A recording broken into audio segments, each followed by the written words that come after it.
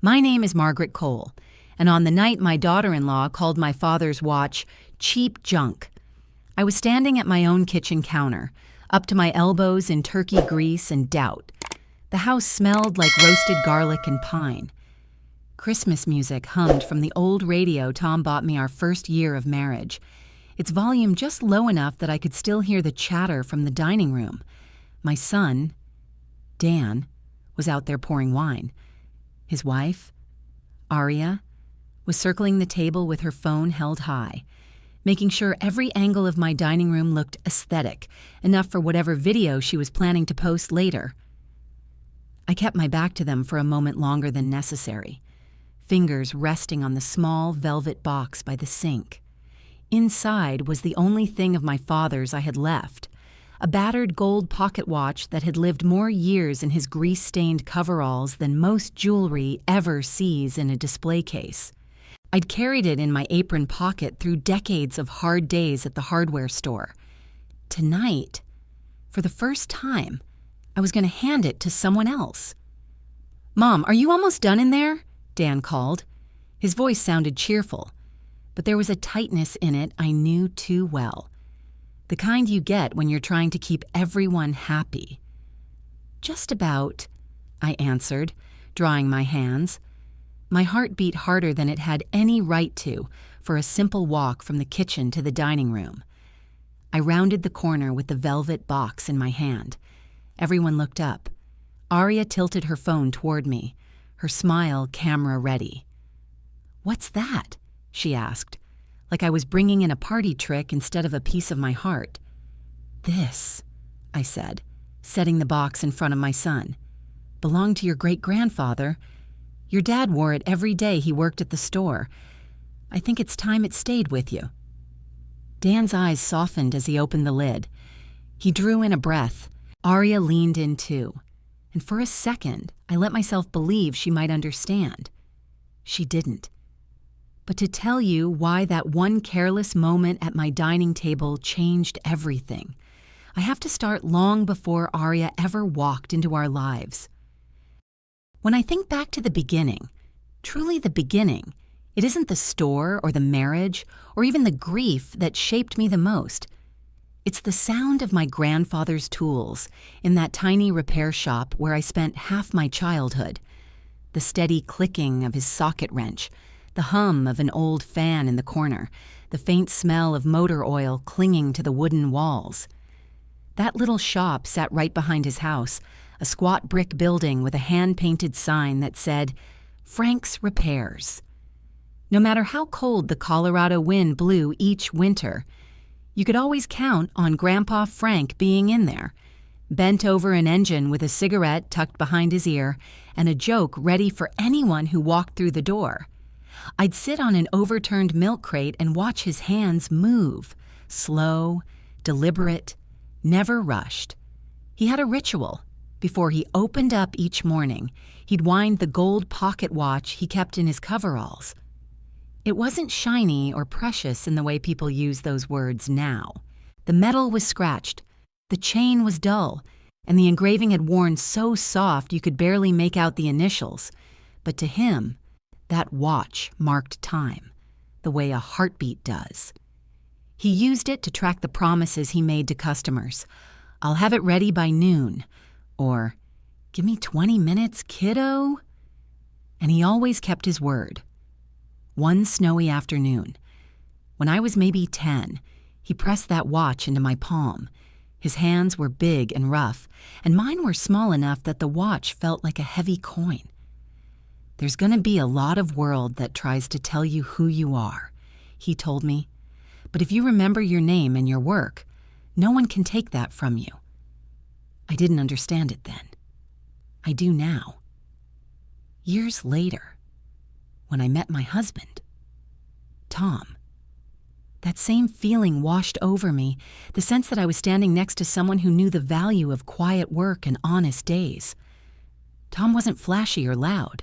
He was a mechanic who liked country music, strong coffee, and the way fresh-cut lumber smelled on a chilly morning. When we married, We combined what little savings we had and opened the very first Kohl's Home and Hardware in Redstone. It was a narrow storefront wedged between a laundromat and a bakery, with peeling paint and shelves we'd sanded by hand. Tom wore my grandfather's watch in his back pocket every day we worked there. He said it reminded him not just of Frank, but of the promise that the two of us were building something steady. Those early years were hard. There were winters when business was slow, and I counted out rolled quarters just to pay the utility bills. There were nights when Tom and I stayed late to restock lumber or repaint signage, because hiring extra help wasn't in the budget. But even in the exhaustion, we were happy. There was a kind of intimacy in working side by side, finishing each other's tasks the way some couples finish each other's sentences. When our son, Dan, was born, we built a little crib in the back office so he could nap while we worked. Life had a simple rhythm then. Store opens at 8. Tom handles the tool rentals. I ring up customers. Dan eats crackers in his high chair. Lunch was usually a sandwich split between us at the counter. Somehow the days felt fuller back then, even when we didn't have $2 to rub together. The store grew, piece by piece, customer by customer. By the time Dan hit middle school, we'd expanded to a second location. A few years later, a third. It was never glamorous, but it was solid, and it was ours. When Tom died suddenly from a heart attack, the sound that haunted me wasn't the hospital machines or the doctor's hushed voice. It was the quiet in the back office the day after his funeral. I sat at the same desk where we'd once balanced invoices and baby bottles, and I pulled out my grandfather's watch from the drawer. The hands were stuck at 7:42, the last time Tom had wound it. I held it so tightly my fingers ached. For a moment, I didn't know if I had it in me to keep the business running, to keep our life running. But the weight of that watch felt like the weight of every promise I'd ever made, to my grandfather, to Tom, to myself. So I kept going, day by day, order by order, payroll by payroll. Dan grew up and went off to college. I grew older and learned to live with a new kind of quiet. But through it all, I kept that watch in the pocket of my apron, letting its familiar shape remind me who I am. And that's why, years later, when I placed it into Dan's hands on that Christmas night, it wasn't just a gift. It was everything we had weathered, everything we had built, everything I still believed in. I just didn't know then how quickly someone could try to throw it all away. When Dan moved back to Redstone after college, I remember thinking how lucky I was. Most kids his age were running toward big cities and bigger lives, but he came home with a degree in operations and a quiet confidence that made him look older than his 20-something years. He slipped back into the rhythm of our stores like he'd never left. I taught him everything Tom once taught me: how to read a supplier's tone better than their contracts, how to spot a dishonest customer, how to talk to the ones who only came in because they were lonely. We fell into a comfortable routine, especially our Saturday breakfasts at Ruby's Diner. Same booth, same waitress, same jokes about how Dan still couldn't drink his coffee black. Those mornings were the kind of steady joy a mother doesn't take for granted, which is probably why I noticed the shift the moment he mentioned her. He came into the shop one afternoon smelling faintly of cologne, hair a little too neat, humming a song I didn't know. When I asked what had him in such a good mood, he smiled the kind of bashful smile he hadn't worn since high school. "I met someone," he said, adjusting a stack of invoices like they needed fixing. Her name was Arya Blake. He told me. She had just moved from Los Angeles, made lifestyle videos, worked with brands, had a really infectious energy. I didn't know what a lifestyle video was, and I didn't want to embarrass myself by asking. So I just nodded and said I'd love to meet her. That meeting happened sooner than I expected. Dan brought her to dinner at my house the following week. I'd made roast chicken and mashed potatoes, something warm and traditional. Arya swept in wearing a cream-colored coat that looked too soft for snowy weather, and she didn't bother taking it off before she reached for her phone. She spun in a slow circle filming my dining room, my grandmother's china, the crocheted table runner Tom's mother made, the candles I only pulled out for company. She narrated softly under her breath about the cozy, small-town vibe, the charming old farmhouse style. It took me a minute to realize she was recording content, not complimenting me. When she finally sat down, she flashed a perfect smile and said, "Thank you for having us. Margaret, you've got such a vintage aesthetic." Her tone made it sound like I had collected these things from a thrift store rather than lived a lifetime with them. I tried to be gracious. Dan was glowing beside her, hanging on her every word. He didn't seem to notice the way she picked at her food or how she stopped me mid-story to get better lighting for a picture of her wine glass. I reminded myself that young people live differently now. Maybe this was normal. Maybe she was just nervous. But then came the comments about the stores. "So Dan says he's managing all 3 locations," she said between photos. "That must be a lot of work. Have you ever considered selling the chain? You could probably make a killing and retire somewhere warm." She said warm, as if Redstone were a punishment. "Or," she continued, "we could modernize it, rebrand, add an online shop, maybe even a full renovation. Imagine the content opportunities." I felt something uneasy settle in my stomach. Not anger. Not yet.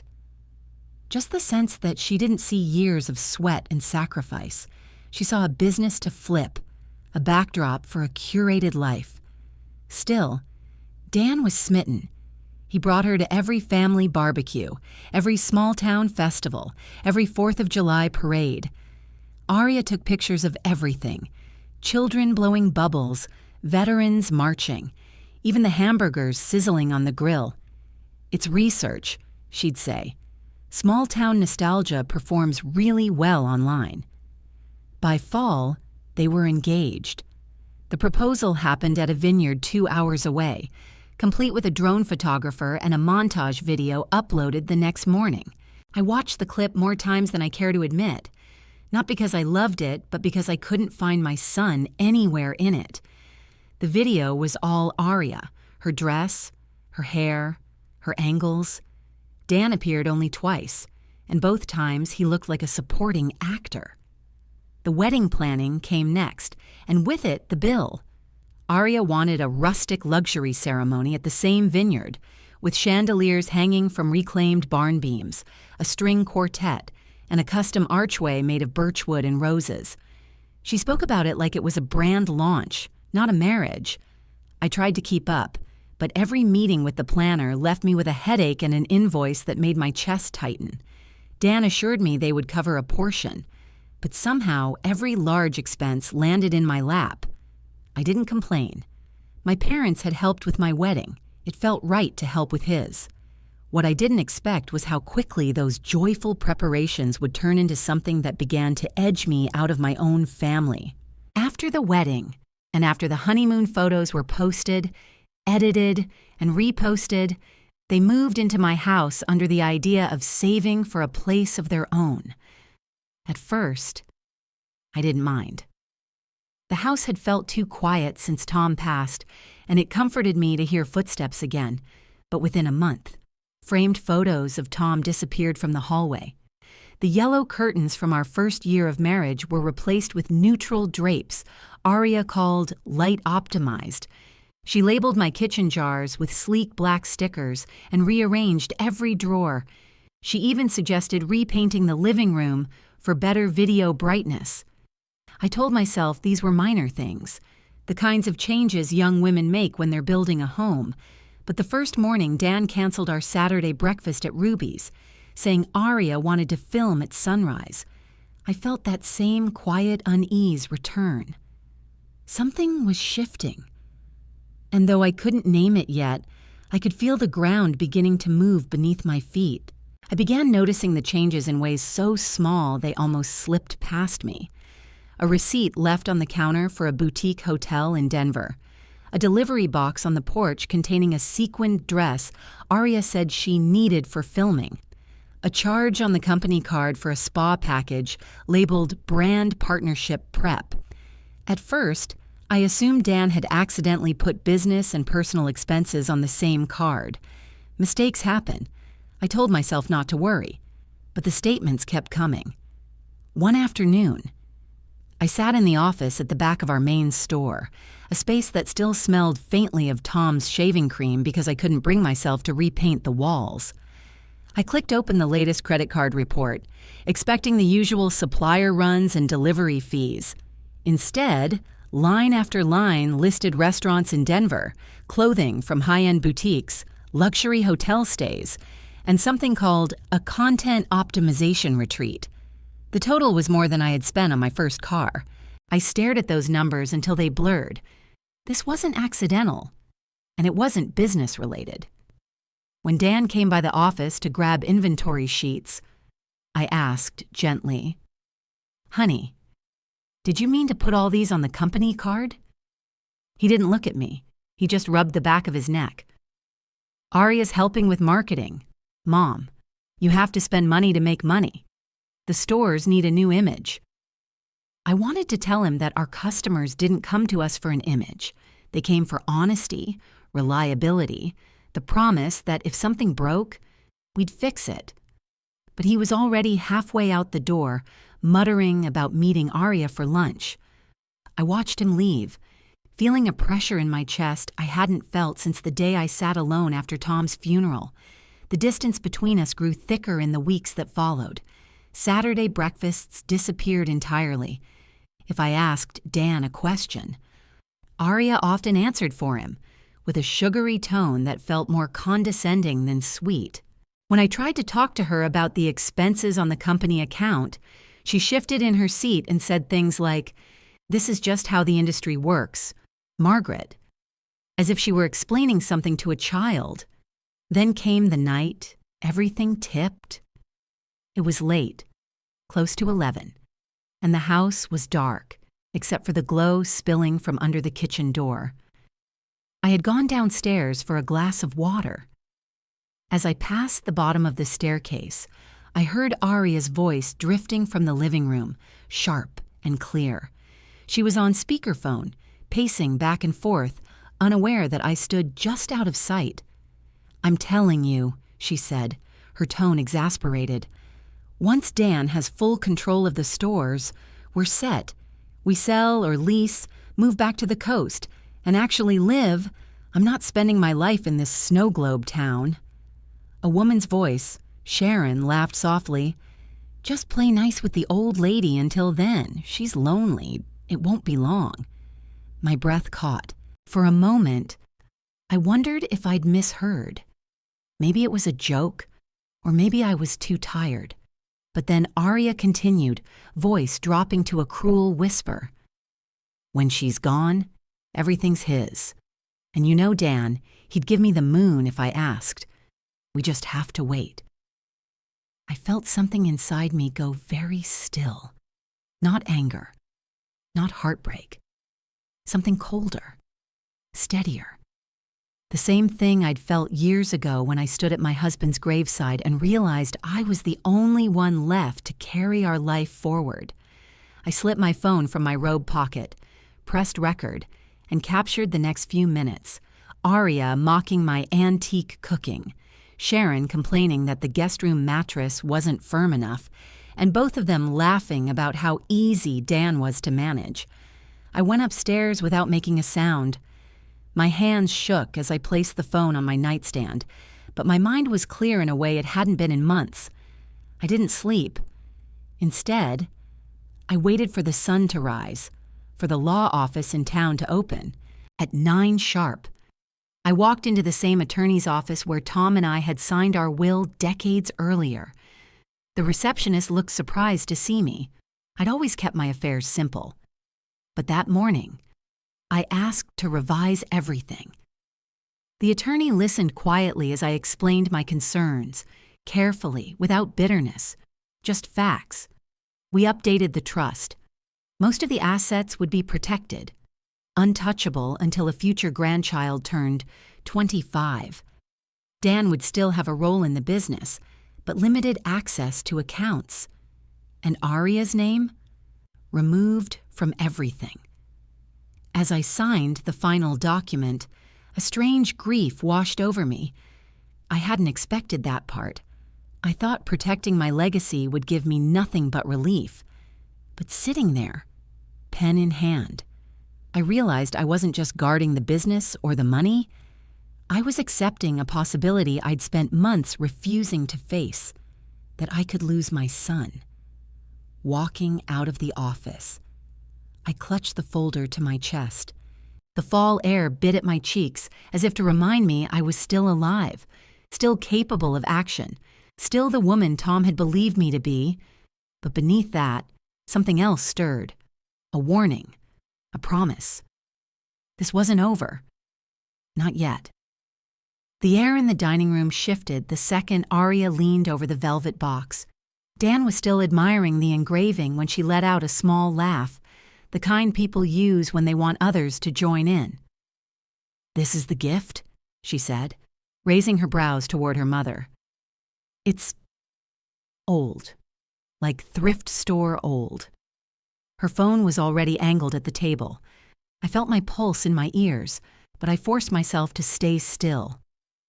"It belonged to your great-grandfather," I reminded her. "Your father carried it every day." Arya pinched the watch between two fingers, the way someone might handle something sticky. "Well, it's scratched," she said, shrugging. "Honestly, Margaret, you could have at least cleaned it. It's cheap junk." Then she let it drop. The sound of metal hitting hardwood cracked through the room like a bone snapping. Conversation stopped. Sharon pressed her lips together, pretending to hide a smile. Dan froze, torn between his wife and the history lying broken at his feet. I bent down, lifted the watch, and felt the crack in its glass like a crack inside my own chest. "Dan," I asked softly. "Anything you want to say?" He opened his mouth, closed it again, and whispered, "Let's just not make a scene." That was the moment something in me settled. Not anger, but certainty. I straightened, pulled out my phone, and dialed the car leasing company. "This is Margaret Cole," I said, loud enough for the table to hear. "I'm terminating responsibility for the SUV under the Cole business account, effective immediately." Sharon blinked. Arya's smile finally faltered. Next, I called the bank. "Remove Daniel Cole from all company cards. Restrict access to payroll only." My voice didn't shake. It surprised me. Dan's face drained. "Mom," I set the broken watch on the table between us and pressed play on my phone. Arya's voice filled the room, clear and sharp. "When she's gone, it's all his. Then it's mine." Sharon's laugh followed like a second slap. Arya's hand flew to her mouth. Dan stared at her as if seeing her for the first time. They moved out within the week, by spring. Dan was back at the store, starting from the bottom, stocking shelves, earning back trust one shift at a time.